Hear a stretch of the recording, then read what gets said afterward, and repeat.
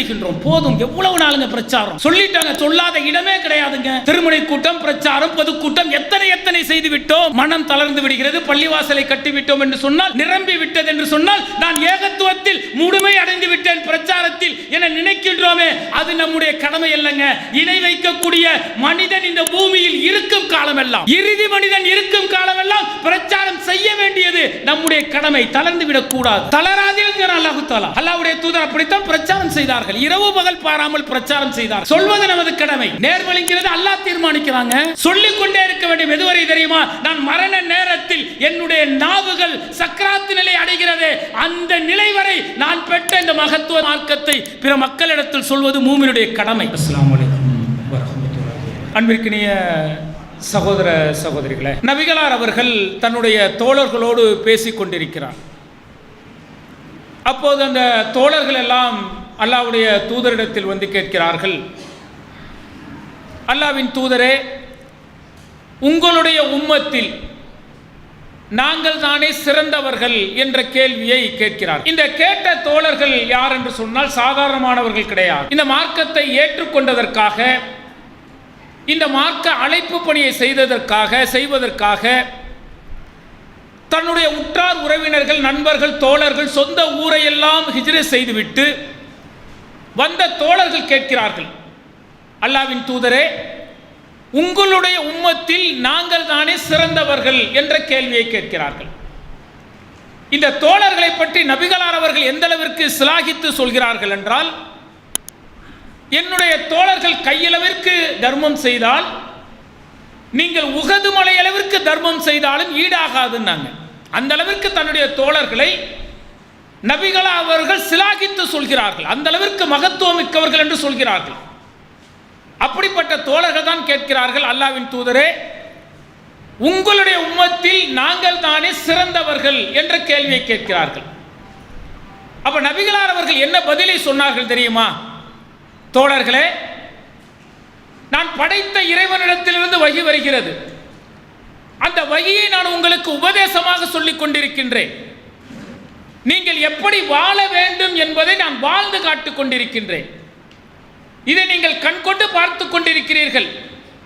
இதை பார்த்த பிறகு நீங்கள் நேர்வழி பெறுவதற்கு என்ன நேர்ந்தது என கேட்டுவிட்டு நபிகளார் அவர்கள் கேட்ட கேள்விக்கு பதிலை சொல்கிறார்கள். யார் என்னுடைய உம்மத்தில் சிறந்தவர்கள் தெரியுமா? அவர்கள் யார் என்று சொன்னால், அவர்கள் என்னை கண்கொண்டு பார்த்திருக்க மாட்டார்கள். அவர்கள் எனக்கு கொடுக்கப்பட்ட வேதம் இருக்கிறதே, இந்த வேதத்தை படித்து அதன்படி தங்களுடைய வாழ்க்கை அமைத்துக் கொள்வார்களே, அவர்கள் தான் என்னுடைய உம்மத்தில் சிறந்தவர்கள் என்று சொன்னார்கள். யாரை நபிகளார் அவர்கள் சொல்கிறார்கள்? சிந்தித்து பாருங்கள். நம்மைத்தான் சொல்கிறார்கள், அல்லாஹ்வுடைய தூதர் அவர்கள். நாம் அல்லாஹ்வுடைய தூதரை கண்கொண்டு பார்க்கவில்லை. அவருக்கு கொடுக்கப்பட்ட வேதம் இருக்கிறதே, அந்த வேதத்தின்படி நம்முடைய வாழ்க்கையை அமைத்துக் கொள்கின்றோமே, அதற்குத்தான் இந்த மகத்துவமான அங்கீகாரத்தை அல்லாஹ்வுடைய தூதர்கள் கொடுக்கிறார்கள். ஏன் தன்னுடைய தோழர்களை காட்டும் நம்மை சிறந்தவர்கள் என்று சொல்கிறார்கள்? கொஞ்சம் சிந்தித்து பாருங்கள். நபிகளார் அவர்கள் இதே துல்ஹஜ் மாதம் அரஃபா மைதானத்தில் கூடி நின்ற மக்களிடத்தில் பேசிக் கொண்டிருக்கிறார்கள். இன்றோடு இந்த மார்க்கத்தை அல்லாஹ் தஆலா பூர்த்தியாக்கி விட்டான். இந்த மார்க்கத்தை அல்லாஹ் தஆலா முஸ்லிம்களின் மார்க்கமாக பொருந்திக் கொண்டான். தன்னுடைய அன்பை இந்த மார்க்கத்தின் மீது பொழிந்து விட்டான் என சொன்ன நபிகளார் அவர்கள் அந்த மக்களிடத்தில் கேட்கிறார்கள், ஓ மக்களே, உங்களிடத்தில் நான் மார்க்கத்தை முழுமையாக சொல்லிவிட்டேனா என்று கேட்கிறார்கள். அப்போது கூடியிருந்த மக்கள் எல்லாம் அமைதியாக நிற்கிறார்கள். இரண்டாவது முறையும் நபிகளார் அவர்கள் கேட்கிறார்கள், அப்போதும் அமைதியாக நிற்கிறார்கள்.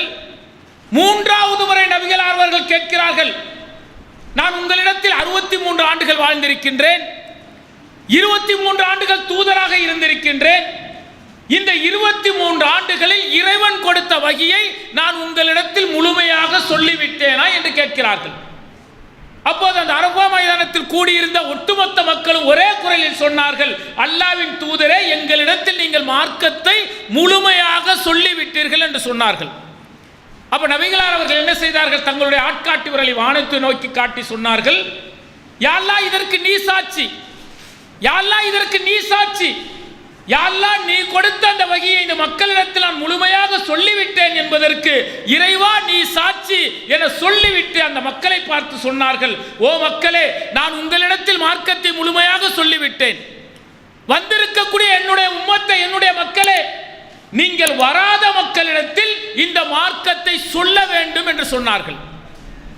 இப்போ புரிகிறதா எதற்கு நபிகளார் அவர்கள் நம்மை சிலாகித்து நம்மை சிறப்பித்து சொன்னார்கள்? இறுதி தூதருக்கு பிறகு இந்த மார்க்கத்தை சொல்வதற்கு தூதர்களை அல்லாஹ் தஆலா அனுப்ப மாட்டான். யார் இந்த மார்க்கத்தை சொல்ல வேண்டுமா? அல்லாஹ்வுடைய தூதருடைய உம்மத்தாக நாம் இருக்கின்றோமே, நாம் தான் இந்த மார்க்கத்தை பிற மக்களிடத்தில் சொல்ல வேண்டும். அது எவ்வளவு காலம்?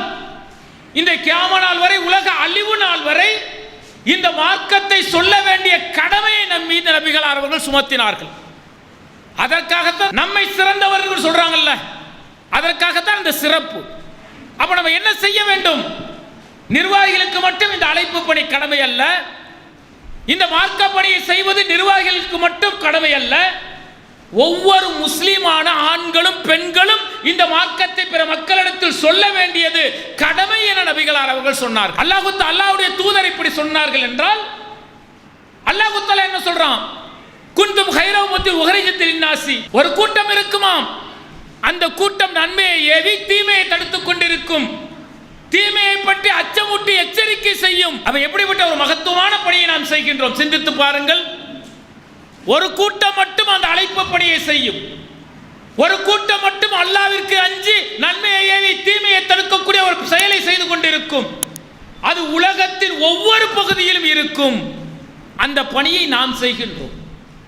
அல்லாஹ்வுடைய தூதர் அவர்கள் சொன்னார்கள், சிறந்த சமுதாயம் என்று, சிறந்தவர்கள் என்று. அந்த சிறப்பான பணியை நாம் செய்கின்றோம். உலக ஆதாயத்திற்காக நாம் செய்கின்றோமா? இன்றைக்கு ஒன்று கூடி இருக்கின்றோமே, என்ன பயன் நமக்கு? என்ன பயன்? இன்றைக்கு வந்ததனால் ஏதாவது நமக்கு ஆதாயம் கிடைக்க போகிறதா? போகும்போது ஏதாவது நமக்கு பெட்டகம் கொடுக்க போகிறார்களா? பரிசுகள் கொடுக்க போகிறார்களா? ஒன்றுமே கிடையாது. எதற்காக? என் மீது சுமத்தப்பட்ட பணி, அந்த பணியை செய்ய வேண்டும் என்பதற்காக ஒரு கூட்டம் இருக்கும் என்று ரப்புல் ஆலமீன் சொல்கின்றானே, அந்த கூட்டமாக நாம் இருக்கின்றோம். அதனால தான் நம்முடைய ஜமாத் ஒவ்வொரு காலகட்டங்களிலும் ஒவ்வொரு செயல் திட்டங்களை அறிவிக்கிறது. சிறுக்கு ஒழிப்பு மாநாட்டை நடத்துறாங்க. ஓராண்டு கால செயல் திட்டம். குழு குழுவாக வந்திருக்கக்கூடிய சகோதர சகோதரிகளை பிரச்சாரம் செய்தோம். ஒரு வீட விடல. தமிழ் பேசக்கூடிய மக்கள், தமிழெல்லாம் எங்கெல்லாம் தமிழர்கள் இருக்கிறார்களோ அங்கெல்லாம் இஸ்லாமியர்களிடத்தில் சிறுக்கு ஒழிப்பை பற்றி அச்சமூட்டி எச்சரிக்கை செய்தோம். ஒரு சில நிகழ்வை மட்டும் உங்களுக்கு சொல்கின்றேன். ஒரு வீட்டில் போய் ஒரு பெண் குழு பிரச்சாரம் செய்கிறார்கள். இரண்டு நம்முடைய சகோதரர்களும் நிற்கிறார்கள். வெளியில இருந்து அந்த வீட்டின் சகோதரர், அந்த பொறுப்பாளர் தகவலை கேட்கிறார். இணை வைப்பின் விபரீதங்கள் சொல்லப்படுகிறது. படைத்த இறைவன் எதை வேண்டுமானாலும் மன்னிப்பான். நீங்கள் படைத்த இறைவனுக்கு இணை துணைகளை கற்பித்து விட்டீர்கள் என்றால் உங்களுக்கு மன்னிப்பே கிடையாது.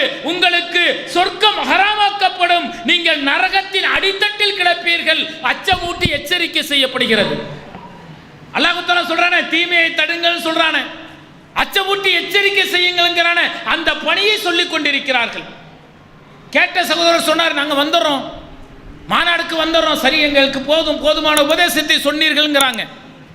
என்ன நடந்தது தெரியுமா? வீட்டில் இருந்த பெண்கள் எல்லாம் வீட்டில் இருக்கக்கூடிய அந்த போட்டோக்களையும் தகடுகளையும் கொண்டு வந்து நம்மிடத்தில் கொடுக்கிறார்கள். ஏதோ அந்த சிறுக்கு ஒழிப்பு மாநாட்டில் போட்டு எரிப்பீங்களாம், இல்ல இதையும் போட்டு எரிச்சிருங்கிறாங்க. சொன்ன பிறகு என்ன நடந்தது தெரியுமா? அந்த தாய் வந்தால் தன்னுடைய பச்சிலம் குழந்தையின் கழுத்தில் தங்கத்தால் தாயத்து கட்டப்பட்டிருக்கிறது. அறுத்து எறிந்தால் எரிந்து இதையும் அந்த சிறுகொழிப்பு மாநாட்டில் போட்டு எரித்து விடுங்கள். எனக்கு தங்கம் பெரிதல்ல, என்னுடைய குழந்தையின் மறுமை வெற்றித்தான் பெரிது என்று ஒரு தாய் சொன்னாலே, ஒரு குடும்பத்துக்கு தங்கம் பெரிதல்ல, மறுமை வெற்றித்தான் பெரிது என்று நாம் காட்டினோமே. இந்த பிரச்சாரம் பட்டி தொட்டி எங்கும் போனது. தமிழ் பேசக்கூடிய மக்களிடத்தில் எல்லாம் சென்றது. அதனால்தான் இன்றைக்கு தர்காக்களில் மக்கத்து மாநில மக்கள் வருகிறார்களே தவிர தமிழர்கள் சிந்திக்கிறார்கள். தமிழ் இஸ்லாமியர்கள் சிந்தித்து இணை வைப்பின் விபரீதத்தை புரிந்து கொண்டிருக்கிறார்கள். இதுதான் நம்ம புரட்சி. என்ன இதனால என்ன நன்மை? என்ன நன்மை தெரியுமா? மறுமை நாளில் மகசர் மைதானத்தில் மண்டியிட்டு நிற்கக்கூடிய தருணத்தில் அல்லாஹ் தஆலா நம்மிடத்தில் குறிப்பேடை கொடுப்பானே, அந்த குறிப்பேடை புரட்டும் பொழுதுதான் நான் செய்த பணிக்கு எப்படிப்பட்ட மகத்துவம் என்பது மறுமையில் தெரியும். திருக்குர்ஆன் மாநாடு நடத்தினோம். இன்னைக்கு செயல் திட்டத்தை அறிவிக்கிறாங்களா? ஒவ்வொரு செயல் திட்டம்னு எல்லாரும் செய்கிறார்களே, அப்படி ஒரு செயல் திட்டம் என்ன தெரியுமா? ரிங்டோனில் அந்த திருமறை வசனங்களை வைப்பது. அப்படி ஒரு ரிங்டோனுங்க. ஈமான் கொண்டவர்களே, வட்டியை விட்டு விடுங்கள், அல்லாஹ்விற்கு அஞ்சு கொள்ளுங்கள் என்கின்ற அந்த திருமறை வசனம் ரிங்டோனாக வைக்கப்படுகிறது. ஒரு சகோதரர் போய் கியூல நிற்கிறாரு, எங்க பேங்க்ல கேஷ் எடுக்கிறதுக்கு நிற்கிறார். 10 நபர் அவருக்கு முன்னதாக நிற்கிறார். அவருக்கு போன் வந்து கொண்டே இருக்கிறது. என்ன நினைக்கிறாரு? மற்றவங்களுக்கு டிஸ்டர்பன்ஸா இருக்குமே அப்படின்னு சொல்லி அந்த போன் ரிங் வரும் பொழுதெல்லாம் அந்த வசனத்தை முழுமையாக கேட்காமல் கட் செய்து கொண்டே இருக்கிறார். அந்த கேசியர்ல அமர்ந்திருந்தார்ல, அவர் என்ன பண்ணார் தெரியுமா? சகோதரர், அந்த ரிங்டோன் ஏதோ வட்டியை பத்தி சொல்லுதே, அதை நான் கேட்கணுமே, சொல்லுங்க, விடுங்க, அந்த ரிங்டோனை கேட்கிறேங்கிறார். திரும்பி போன் வரல. அப்புறம் அந்த சகோதரர் அவருக்கு டயல் செய்கிறார், அந்த வசனத்தை கேட்கிறார். என்ன புரட்சி ஏற்பட்டது தெரியுமா? அவர் திருமறையை வாங்கி படிக்கிறார். அந்த வங்கி வேலையை விட்டுவிட்டு இன்றைக்கு வெளிநாட்டில் அந்த குடும்பம் இஸ்லாத்தில் பயணிக்கிறது என்றால் புரட்சி. புரட்சி என்பது எது தெரியுமா? இப்படி இஸ்லாத்தின் பக்கம் மக்களை அழைத்து வந்திருக்கின்றோமே, அருள்மறை போதனைகளை மக்களிடத்தில் கொண்டு சென்றிருக்கின்றோமே, இதுதான் நாம் நடத்திய புரட்சி. 18 வயசு பொண்ணு, நான் இஸ்லாமத்துக்கு வரணும், இஸ்லாத்தை ஏத்துக்கிட்டேன், எனக்கு தாவா சென்டருக்கு அனுப்புங்கிறாங்க. கூப்பிட்டு கேட்கிறோம், என்னமான்ட்டு. நான் திருக்குர்ஆனை படித்தேன், என்னுடைய சகோதரி, என்னுடைய தோழி இந்த திருமறையை கொடுத்தாள், நான் இரவு நேரங்களில் படித்தேன், அது இணை வைப்பை பற்றி சொன்னது. நான் என்னுடைய சகோதரிடத்தில் கேட்டேன், நீ இஸ்லாத்தில் இருந்தால் இணை வைக்க கூடாது என்று சொன்னது. அதனால் நான் திருமறையை படித்து இஸ்லாத்திற்கு வர வேண்டும் என விரும்புகிறேன். வயசு என்ன? 18 பூர்த்தி ஆகிறதுக்கு 15 நாள் இருக்கு.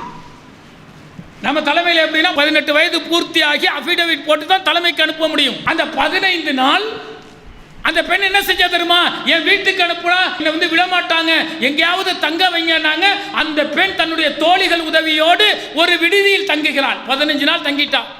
அஃபிடவிட் போட்டுட்டோம், போட்டு தலைமைக்கு அனுப்பியாச்சு. தலைமைக்கு அனுப்புனா என்ன செய்வோம் தெரியுமா? உடனடியாக அவருடைய பெற்றோருக்கு தகவல் கொடுத்து விடுவோம், உங்களுடைய பெண் இங்கு வந்திருக்கிறாள், நீங்கள் அழைத்து செல்லுங்கள் தகவல். வந்தாங்க பெற்றோர்கள், உற்றார் உறவினர்கள், மாமன் மச்சான் எல்லாம் வந்து உட்கார்ந்து இருக்கிறா. எய்தாப்புல இந்த பெண் இங்கு அமர்ந்திருக்கிறாள். கதறுகிறார்கள், வந்துவிடு, என்னோடு நம்முடைய குடும்பம் மானம் போகிறது, வந்துவிடு. எவ்வளவோ கதறல்கள் நடக்கிறது. அல்லாஹ் அந்த பெண்ணுக்கு எந்த அளவுக்கு உறுதியை கொடுத்தான் தெரியுமா? பெற்றோர்களே, தாய் தந்தையே, உறவினர்களே, நான் நேர்வழியில் இருக்கிறேன், நீங்கள் வழிகாட்டில் நிற்கிறீர்கள், நேர்வழிக்கு வந்து விடுங்கள் என்று அந்த பெண் சொன்னாள் என்று சொன்னால் நாம் நடத்திய புரட்சி அதுதான். இதுல இன்னொரு விஷயம் என்ன தெரியுமா? அந்த பெண் தாவா சென்டருக்கு சென்று விட்டால், சென்ற பிறகு என்ன நடந்தது தெரியுமா? அந்த குடும்பத்தின் அந்த பெண்ணின் தந்தை தனக்கு ஏதோ மிகப்பெரிய அவமானம் ஏற்பட்டது போல அந்த பெண்ணின் தந்தை தற்கொலை செய்து கொள்கிறார். அப்ப அந்த பெண்ணிட்ட போய் நம்ம சொல்றோம், ஒவ்வொரு ஆன்மாவுக்கும் மரணம் இருக்கிறது, மரணத்தை சந்திக்காமல் யாரும் இருக்க முடியாது. மரணத்தை பற்றி சில தகவல்களை சொல்லிவிட்டு அந்த பெண்ணிடத்தில் சொல்கின்றோம், நீ இஸ்லாத்தை ஏற்றுக்கொண்டதற்காக உன்னுடைய தந்தை தற்கொலை செய்து கொண்டார் என்று சொல்கின்றோம். அந்த பெண்ணுடைய தந்தை தற்கொலை செய்து கொண்டார் என்கின்ற தகவலை சொன்ன பொழுது அந்த பெண்ணுடைய நாவிலிருந்து என்ன வார்த்தை வந்தது தெரியுமா? சுப்ஹானல்லாஹ், என்னுடைய தந்தைக்கு நான் பிரார்த்தனை செய்ய முடியாத நிலையை இறைவன் ஏற்படுத்தி விட்டானே, யா அல்லாஹ் எனக்கு உறுதியை கொடு என்று அந்த பெண் கேட்டாள் என்று சொன்னால் எப்படிப்பட்ட புரட்சிங்க! பொறுப்பு என்பது நேசிக்க வேண்டும். ஏன் தெரியுமா? பொறுப்புனா நம்ம என்ன நினைக்கிறோம் என்றால், ஏதோ நமக்கு கொடுத்திருக்கிறாங்க, வேற வழியே இல்லாமல் இந்த பொறுப்பை ஏற்றிருக்கிறோம் என நினைக்கின்றோம். பொறுப்புங்கிறத நம்ம ஏற்கலங்க.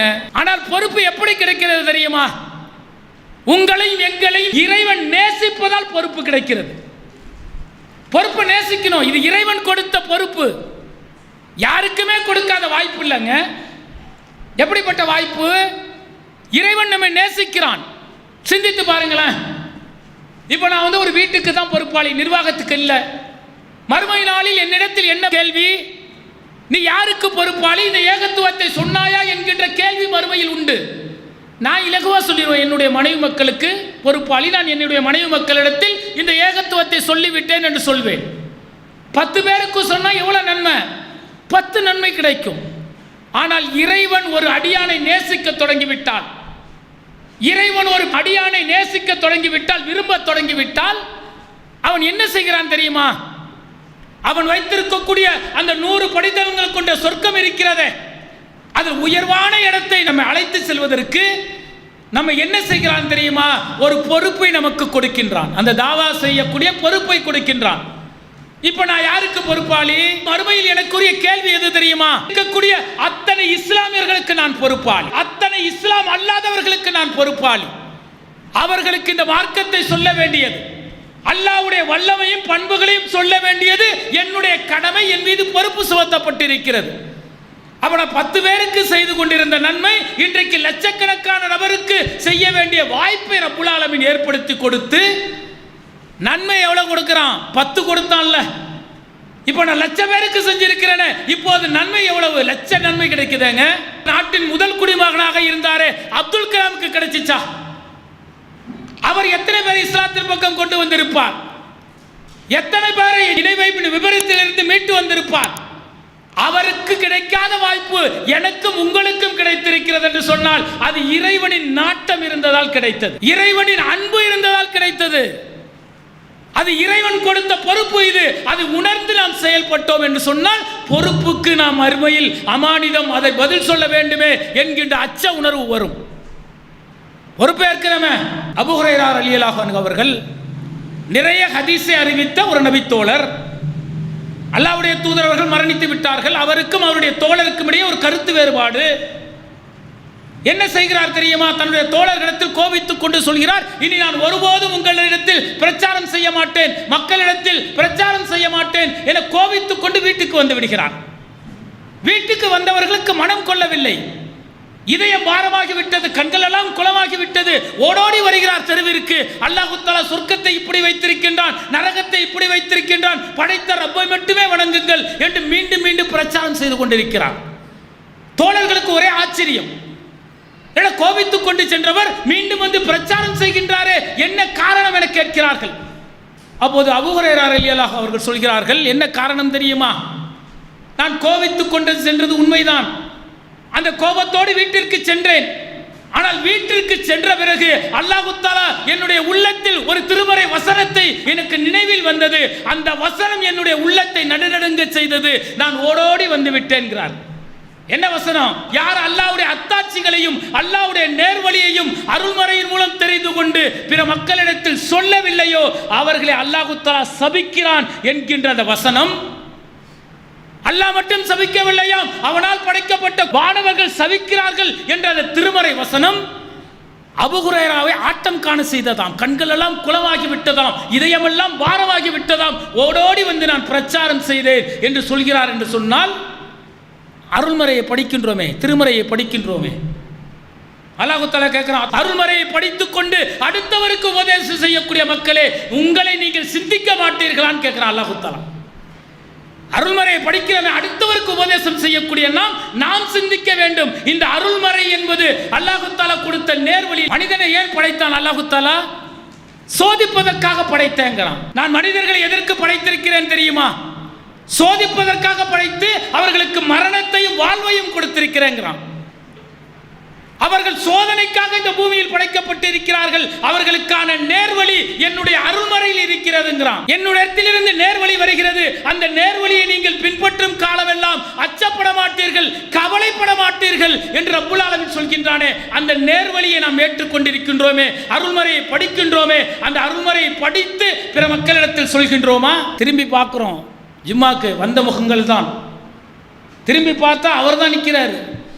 ஆண்டுகள் கடந்து விட்டது, ஆயிரக்கணக்கான மக்கள் இணை வைப்பின் விபரீதம் புரியாமல் இருக்கிறார்களே.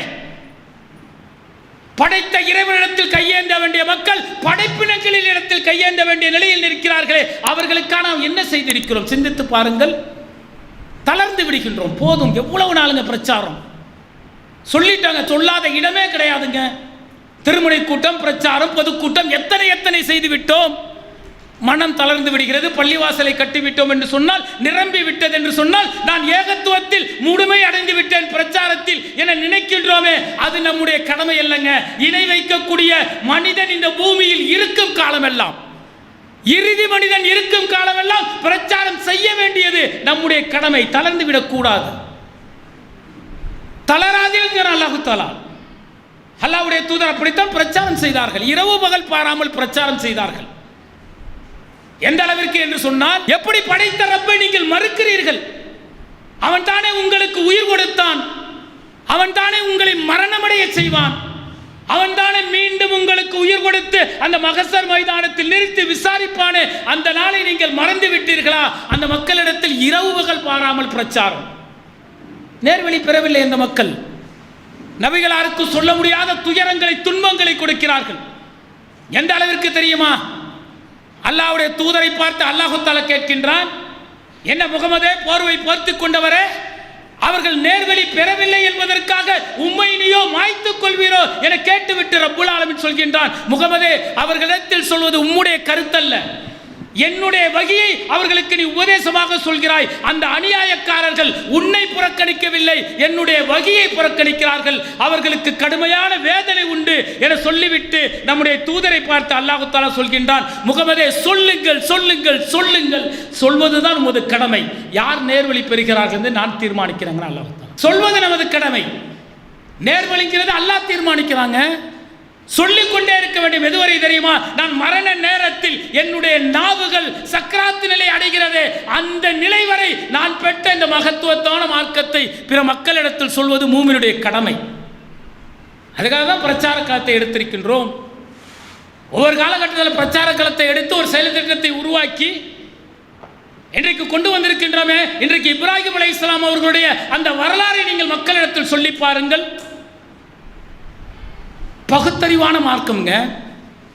பகுத்தறிவாக மக்களிடத்தில் இந்த பிரச்சாரத்தை எத்தி வைத்த இப்ராஹிம் அலைஹிஸ்ஸலாமுடைய வரலாறை மக்களிடத்தில் சொல்லுங்கள். சிந்திப்பார்கள், சிந்திப்பவர்கள் நேர்வழி பெறுவார்கள்.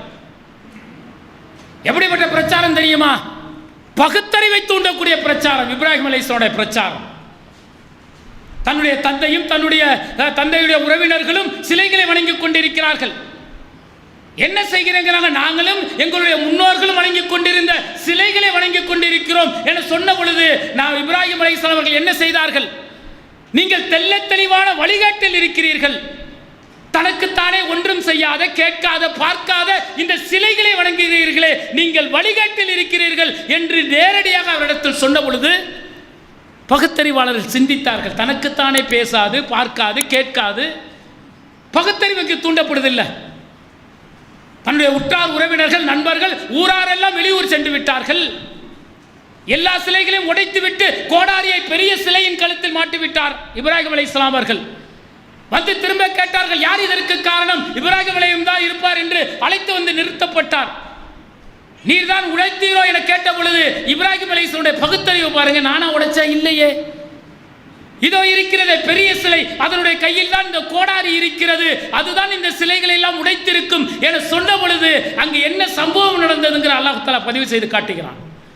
அங்கு ஒரு கூட்டம் இருந்ததாம், நாம் அநியாயமாக இணை வைப்பு காரியத்தை செய்துவிட்டோமோ என அவர்கள் சிந்தித்தார்கள், வழிகாட்டில் இருக்கிறோமோ என சிந்தித்தார்கள் என்று ஒரு கூட்டம் சொன்னது என்று அல்லாஹ் தஆலா சொல்கின்றானே. இங்குதான் பகுத்தறிவு இருக்கிறது. எப்படி பகுத்தறிவு சொல்றாங்க?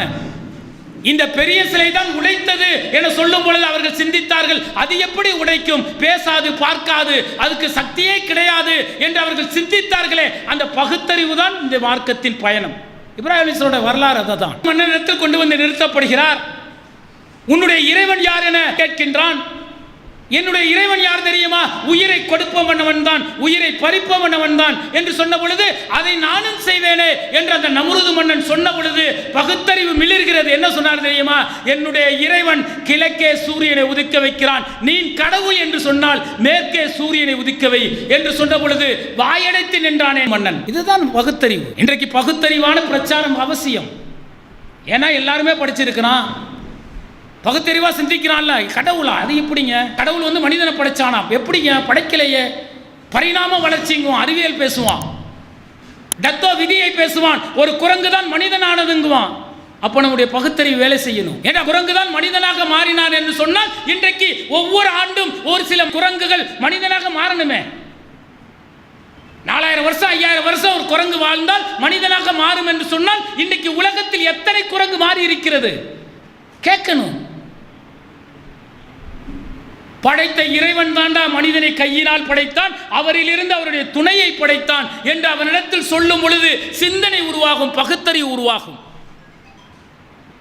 சொல்லணும்ல, உடனே சொல்லுவான், என்னங்க மனுஷனை படைக்கிறானே, இன்னைக்கு குளோனிங் மூலம் ஒரு மனிதனை இன்னொரு மனிதன் படைக்கிறானே, அடுத்த பகுத்தறிவு அவன் பேசுவான். அதுக்கும் பகுத்தறிவாக ரீதியாக சொல்லணும். நீ ஒரு மனிதனிலிருந்து இன்னொரு மனிதன் குளோனிங் மூலம் படைத்தாயே, எப்படி படைத்தாய்? ஒரு மனித கரு இருக்கிறது, மனித அணு இருக்கிறது, அந்த அணு இல்லாமல் இன்னொரு உயிரை படைக்க முடியாது, அந்த அணுவை படைத்தவன் தாண்ட இறைவன் சொல்லணும். அறிவியல் ரீதியான பிரச்சாரத்தை இப்ராஹிம் அலைஹிஸ்ஸலாம் அவர்களுக்கு முன் பாடம் நடத்துகிறார்கள். அல்லாஹ் தஆலா அதைத்தான் சொல்றான், இந்த அருள்மறையை படியுங்கள், இதில் அத்தாட்சி நிறைய இருக்கிறதுங்கிறான். உங்களுடைய கழுத்தை உயர்த்தி பாருங்கள், மேலே பறவை பறந்து கொண்டிருக்கிறது, அது சில நேரம் இறக்கை ஆட்டி ஆட்டி பறக்கிறது, திடீரென இறக்கை ஆட்டாமல் பறந்து கொண்டிருக்கிறது, அதில் இருக்கிறது அல்லாஹ்வுடைய அத்தாட்சிங்கிறான் ரப்புல் ஆலமீன். எப்படிங்க பறவை இறக்கை அசைத்து பறக்கிறது, திடீரென இறக்கை அசைக்காமல் நீண்ட நேரம் பறந்து கொண்டிருக்கிறது, அதில் அல்லாஹ்வுடைய அத்தாட்சி இருக்குங்கிறான். இவன் சொல்லுவான் அது புவியியல் ஈர்ப்புங்குவான். நீ அந்த ஈர்ப்பு, அந்த சக்திக்கு என்ன பெயர் வேணாலும் வச்சுக்க, அதுதான்டா அல்லாஹ்வுடைய சக்தி என்று அவரிடத்தில் சொல்லணுமா இல்லையா? அதுதான் நாங்கள் பிரச்சாரம். நான் வானங்களை படைத்ததும் பூமியை படைத்ததும் இன்னும் இரவையும் பகலையும் மாறி மாறி வர செய்ததிலும் அறிவுடையோருக்கு அத்தாட்சி இருக்கிறங்க ரப்புல் ஆலமீன். சிந்தித்து பாருங்கிறான். சிந்தித்து பார்த்தால் அல்லாஹ்வுடைய அத்தாட்சி புரியுங்கிறானே. அந்த பிரச்சாரக்களம் நமக்கு வேணுமா இல்லையா? வேண்டும். அதற்காகத்தான் நாம் இந்த உலகம் அற்பம்ங்க. இந்த உலகம் ஒவ்வொன்றும் அற்பமானதுங்க. இந்த உலகம் நிரந்தரமாங்க. நான் நிரந்தரமா வாழ்ந்து விடுவோமா? எவ்வளவு காலம் வாழ்வோம்? நான் 70 என்றால் இன்னொருவர் 50, இன்னொருவர் 60, இன்னொரு 15. இறைவன் மரணத்தை நாடிவிட்டால், மரணம் வந்து விட்டால் நம்முடைய வாழ்வு முடிந்து விடுகிறது. மறுமைக்கான சோதனை களம் தான் இந்த உலக வாழ்வுங்கிறான். எவ்வளவு செல்வத்தை வச்சிருந்தாலும் பில்கேட்ஸ் மரணம் இல்லாமல் இருந்து விடுவாரா? செத்துருவானே. கோடி கோடியாக பணம் வைத்தவர்கள்லாம் கோலையாக வந்து நின்றார்களே, அல்லாஹ் தஆலா கண்முன் காட்டினானேங்க. இன்றைக்கு கொரோனா வந்த பொழுது கட்டுக்கட்டாக பணம் வைத்திருந்தவர்கள் இது வெறும் காகிதம் என வீசி எறிந்தார்களே, அன்றைக்கு தெரிந்தது அல்லாஹ்வுடைய வல்லமை, இந்த உலகம் அற்பமானது என்று நமக்கு கண்முன் காட்டுகின்றான். நாம் அதை சிந்திப்பதில்லை, சிந்திக்கிறதே கிடையாது. அதை பற்றி இந்த உலகம் அற்பமானது என்று இறைவன் சொல்கின்றான், ஆனால் நாம் சிந்திக்காமல் வாழ்ந்து கொண்டிருக்கின்றோமே. நிறைய அத்தாட்சிகளை கண்முன் காட்டு கொண்டிருக்கின்றான். யாருக்கும் கொடுக்காத வாய்ப்பு தானே இந்த அழைப்பு பணி. நான் இருக்கும் பொழுது என்னால் இயன்ற அளவிற்கு பிறருக்கு பிரச்சாரம் செய்ய வேண்டும், நேசிக்க வேண்டும். நீங்க இந்த பிரச்சாரம் செய்யும் பொழுது நேசித்து பிரச்சாரம் செய்யுங்கள். நம்முடைய வாழ்க்கையில் நிறைவு இருக்கும், வர்க்கத்து இருக்கும். அது உணர்வு ரீதியாக உணர வேண்டியதுங்க. காலையில் கடையை துறைந்து மாலையில் மூடும் வரை அவனுக்கு 50 லட்சம் ரூபாய் வருமானம் கிடைத்திருக்கும், ஆனால் மனதில் நிம்மதி இருக்காது, துக்கங்களும் துயரங்களும் அவனை சூழ்ந்திருக்கும். சுபு தொழுது விட்டு அகர் தொழுகைக்கு கடையை மூடிவிட்டு மீண்டும் அசர் தொழுகை தொழுது விட்டு கடை திறக்கிறான் என்னுடைய சகோதரன். நிறைவு, குறைவான வருமானம், 5000 ரூபாய் தான் வருமானம், ஆனால் நோய் நொடி இல்லை, மனைவியோடு மகிழ்ச்சியான வாழ்க்கை, குழந்தைகளோடு மகிழ்வான நிறைவு. இது எங்கு கிடைக்கும் என்று சொன்னால் அழைப்பு பணியை செய்து கொண்டிருக்கும் பொழுது உணர்வு ரீதியாக கிடைக்கும். அது உணரணும், உணர்ந்தால் மட்டும்தான் அது தெரியும். உணரணும், உணர்வு ரீதியான பிரச்சனைங்க அதெல்லாம். நீங்கள் எல்லாத்தையும் இழந்து இதற்காக செலவிட்டு பாருங்களேன், அப்போதான் மனநிறைவு கிடைக்கும், மகிழ்ச்சி இருக்கும். இந்த மார்க்கத்திற்காக நான் செய்கின்றேனே, அர்ப்பணிக்கின்றேனே, அது ஒன்றும் இந்த உலக ஆதாயத்திற்காக கிடையாது. மறுமையில் படைத்த இறைவனின் அன்பும் கருணையும் வேண்டும் என்பதற்காகத்தான். அதற்காகத்தானே இந்த உலகத்தை அல்லாஹ்வுடைய தூதரவர்கள் எந்த அளவிற்கு அற்பமாக சொல்கிறார்கள் தெரியுமா? இதை விட யாருமே அற்பமாக சொல்லியிருக்க முடியாதுங்க.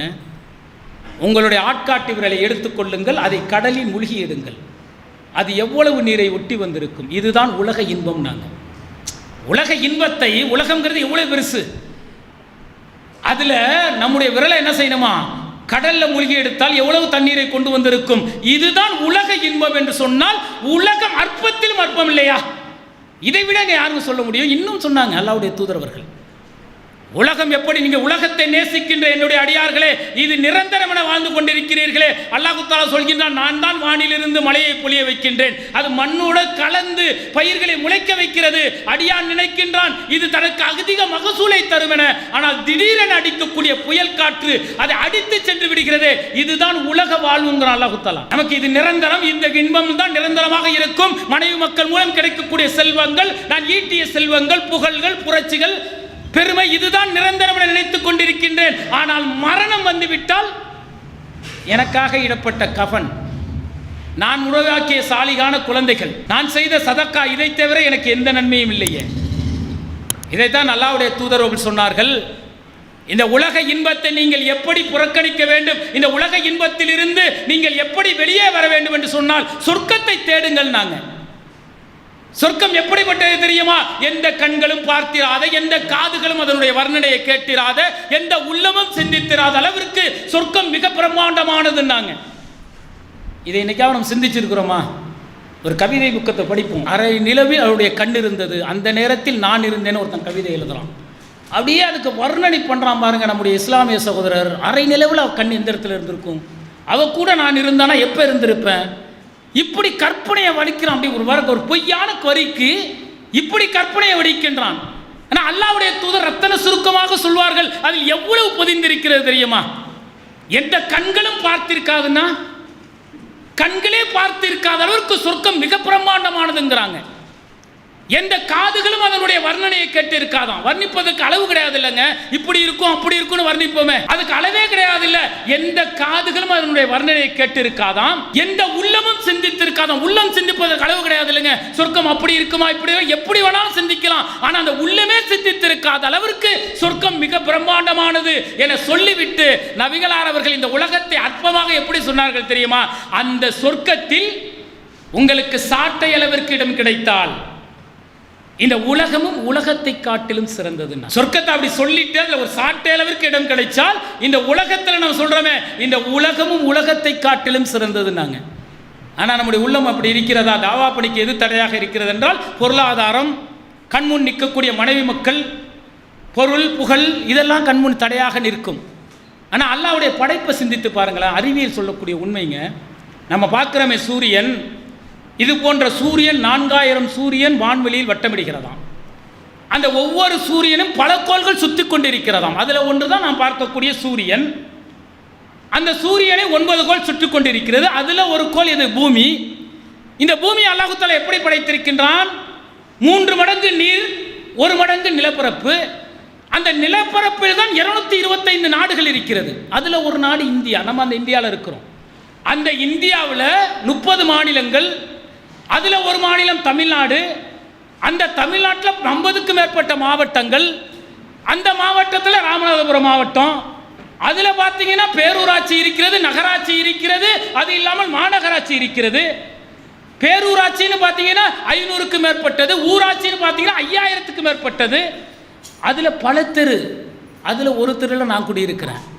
ஒரு 4 வீடு, 1 லட்சம் ரூபாய் வருமானம் இருந்ததுன்னு வச்சுங்க, என்னுடைய உள்ளம் என்ன சொல்கிறது தெரியுமா?